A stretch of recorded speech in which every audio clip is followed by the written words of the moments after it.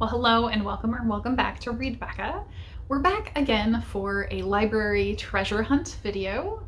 I got a little behind on reading the books, though I was selecting them as intended. This is a project where I go every month and browse my library shelves for a book I haven't heard of and looks to have very few ratings or reviews so that maybe I can find some hidden treasures on the shelves of my library and bring them to you. So this is the catch-up for October's book, and that is How to Slay a Dragon, a fantasy hero's guide to the real Middle Ages by Kate Stevenson. And this is a nonfiction book, despite it being about a fantasy hero's guide. So this book currently has 347 ratings, 90 reviews, and 3.37 average rating. It is a nonfiction, and it is written in a guide style, and it's mostly extrapolating out how would you as a fantasy hero navigate your heroic adventures using real history. So it's very grounded in history. So when I saw the average rating, I was a little surprised after having read it. I went and looked at some of the reviews to find out why that seems so low. Because, spoiler, I very, very much enjoyed this one. So I think the main things that contributed to the rating being as low as it is are that, number one, it's not a dense book. It's very light. And so this is written with a topic and many subheadings under that topic. And some of them are maybe 2 or 3 paragraphs. That's about as long as you get. Some are a single line or 2. So this is very light and fun and easy to jaunt through as a history. So it's not providing that dense history some people are looking for. It also is written partially in second person. So the author is addressing you, the reader, as the fantasy hero, and kind of addressing the point that you, as this hero, going through the world, understand your world in this way, and is addressing the fact that you have a different understanding from necessarily the facts in that time.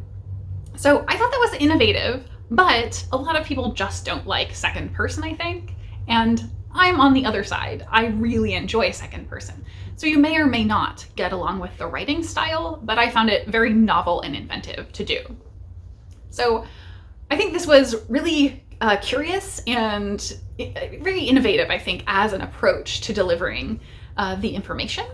I thought that the delivery of information was really interesting, and even those items that were only a line or 2, I got something out of or found funny. Some of them are literally just jokes.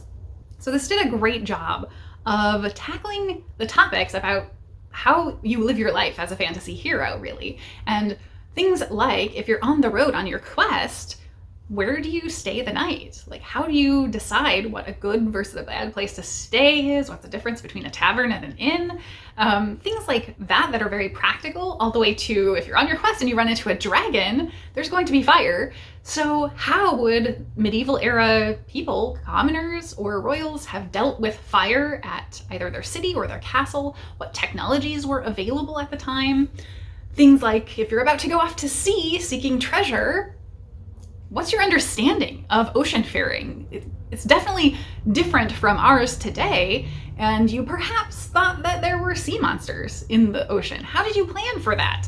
So I love the extrapolation of the fantastical into the real in that way. I also think that, to what I was saying at the beginning, where some people expected dense history, while this is not dense history, there is a wealth of citations here that I think you could follow to those more dense histories, because the back is absolutely full of great references. I think that one of my favorite things about this is that it also doesn't remain isolated to Western European medieval period.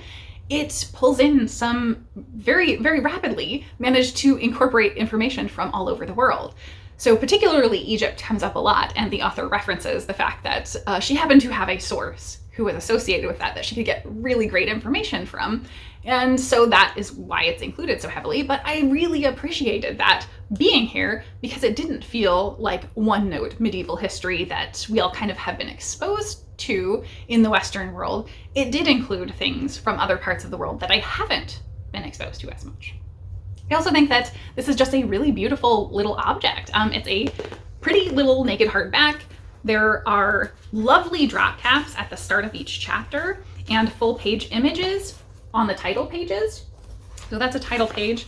And then at the start of every chapter, beautiful little drop cap. We've got a little printed side. So there clearly was a lot of care that went into this little book. And I'm kind of surprised, with as many connections as I have with the fantasy world, I haven't seen this around. The author does happen to be a local to me, but has a degree from Notre Dame in history, obviously, and also is very, very prominently active on the Ask Historians subreddit, which is a place I am a big fan of. Reddit is a community online, kind of like a forum, and every community has its own rules that they make up for themselves.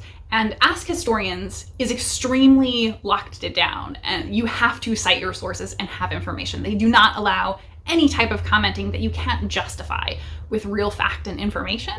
And so it has become one of the very well-respected online spaces for history information. And I think they've been published as well, the actual collaborators there, in many, many ways. So I think it's a well-respected space, and she's been a person who's been very active there. So I kind of knew of her very generally, but had never read her, and thought that this was absolutely, absolutely fantastic that she was able to publish this little book in such an inventive and unique way. So this is obviously a hidden treasure that I discovered on my journey through my library. So I heartily recommend that you check out How to Slay a Dragon, and give me your feedback if you have checked this one out. Thank you so very much for watching.